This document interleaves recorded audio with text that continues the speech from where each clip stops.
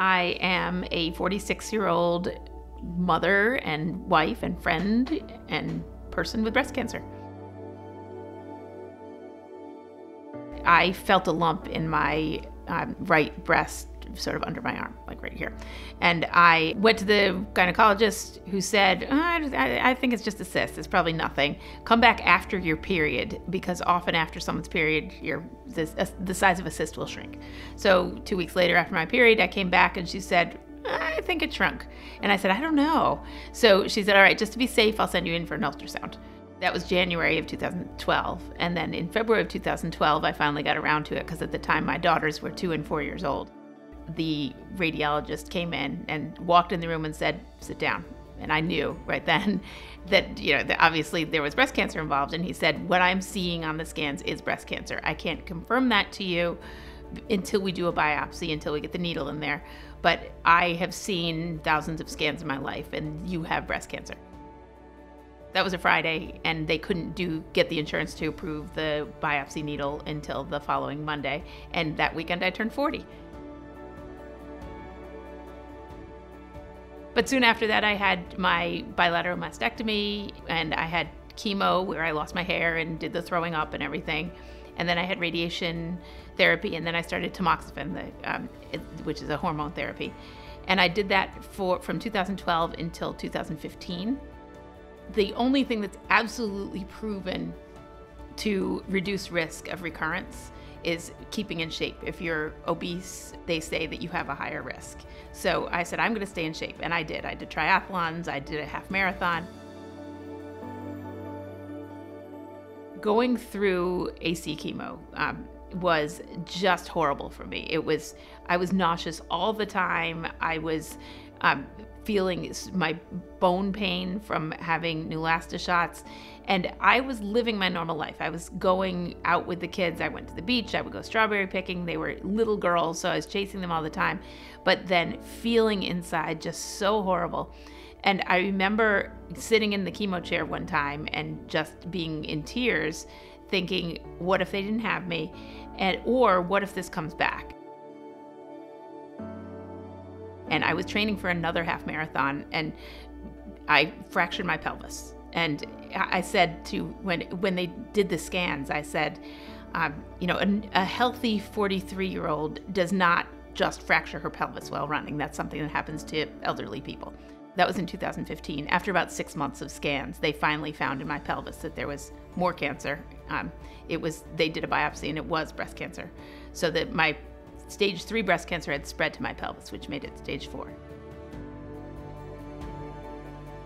My husband and I both agreed that the other shoe dropped. Now it came back, and now we just treat it for the rest of my life. Whether that rest of my life is 2 years or 5 years or 20 years, I will be in treatment for the rest of my life. But it didn't change from the day I was diagnosed to the next day, whether I could get out of bed and take care of my kids, who, when the stage 4 diagnosis came, they were 7 and 8 years old. My thought there is that I have a choice of being the person who's in a bedroom, shades drawn, crying, eating cookie dough ice cream, or I have a choice of being out there and living my life with my kids. And I said that more recently. Just this past spring, I ran for my local school district school board, and there were whispers kind of behind the scenes, doesn't she have cancer?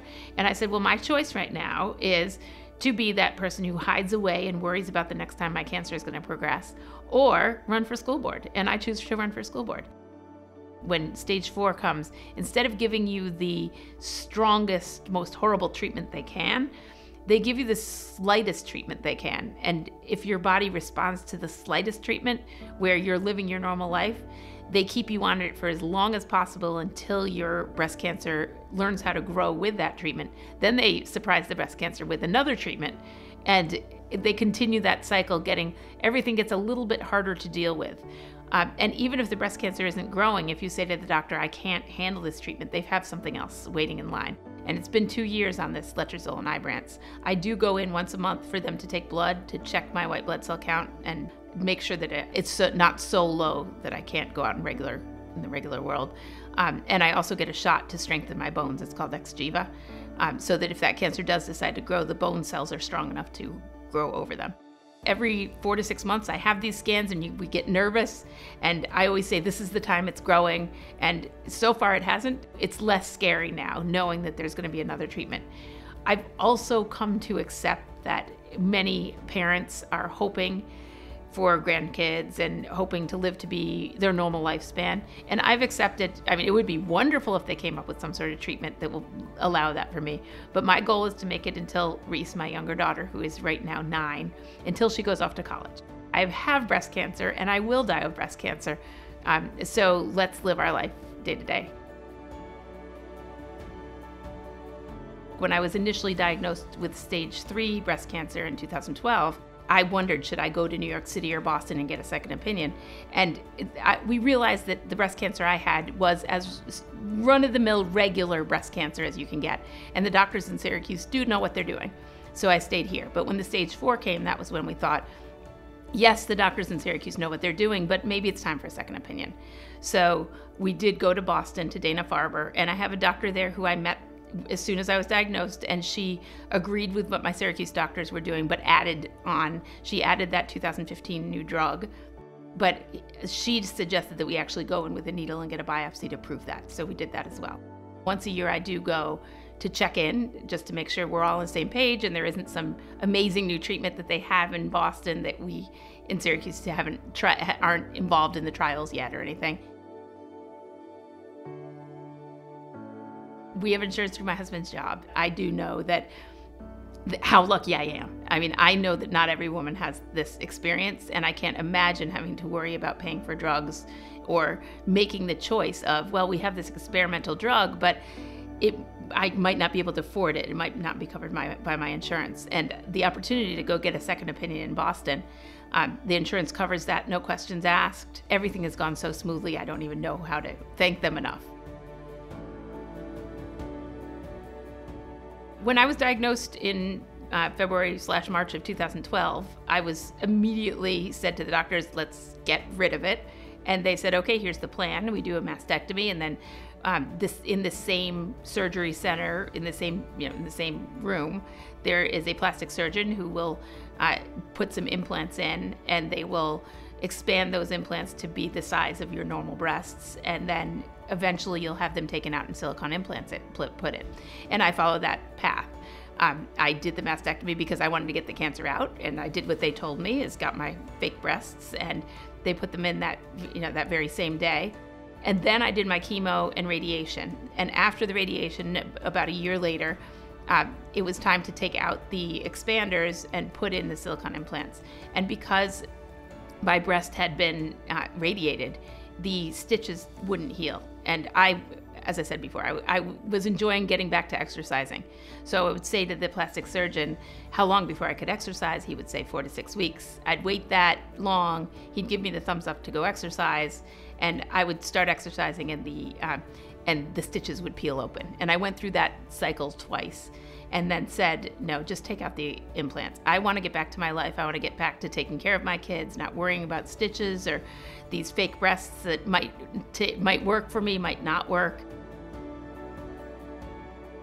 Even the plastic surgeon questioned, do you want some extra skin in case you change your mind? And my radiologist said, well, maybe someday you'll change your mind. And I was confident by that point, I'm not going to change my mind. I love being flat. And 4 years later, I am still so glad I made that decision to go flat. Very often I see online people worried about, are people going to be staring at me? Do I need a shirt that covers up how flat I am, or a scarf?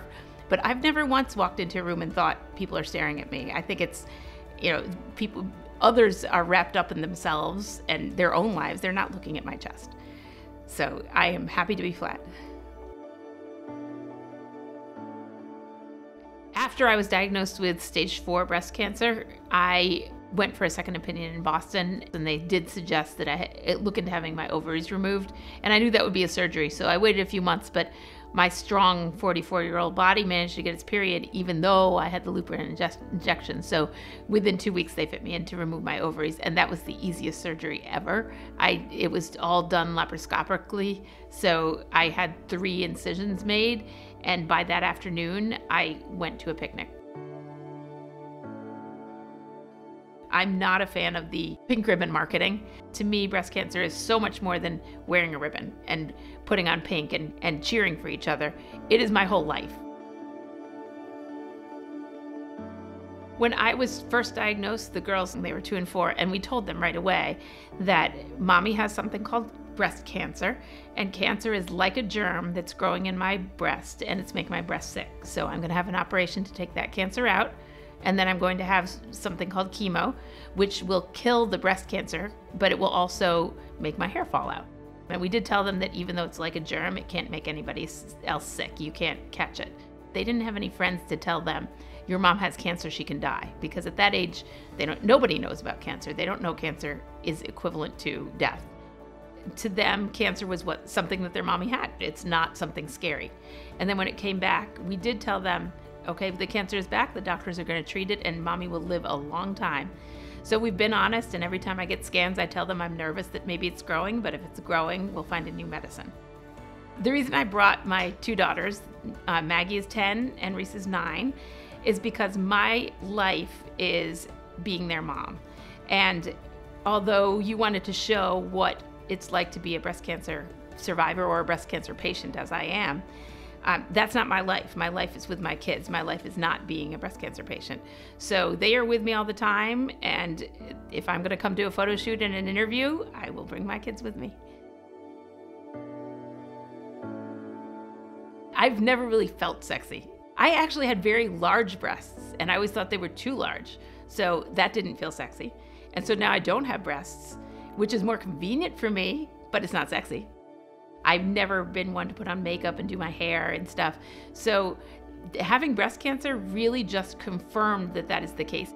And my husband, interestingly, I asked him if it matters to him. I said, is it weird that I don't have breasts? And he said, what's weird is that you have breast cancer. And beyond there, it doesn't even matter. You know your body best, and you know what you need. So when your body is telling you, I need to rest, rest. When your body is telling you, I can take care of my own kids, do it.